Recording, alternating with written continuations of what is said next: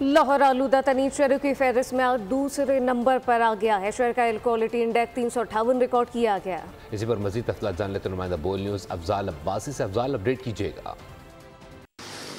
जी बिल्कुल, लाहौर में फ़ज़ाई आलूदगी की लहर जो है वो बरकरार है और आज लाहौर जो है वो आलूदा तरीन शहरों की फहरिस्त में दूसरे नंबर पर है।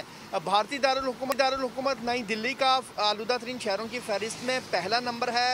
लाहौर के एयर क्वालिटी इंडेक्स की बात की जाए तो 358 एयर क्वालिटी इंडेक्स है लाहौर का। लाहौर के दीगर इलाकों की बात की जाए तो सबसे ज़्यादा जो एयर क्वालिटी इंडेक्स देखने में आया है गुलबर्ग का 429 है।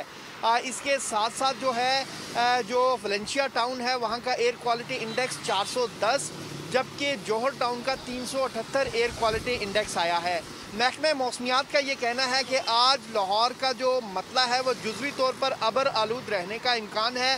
बादलों और सूरज के दरमियान जो है वो दिन भर आग बुझाने का सिलसिला जारी रहेगा।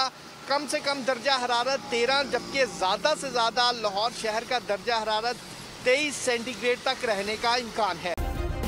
सब्सक्राइब करें और बेल दबाएं ताकि कोई खबर रह न जाए।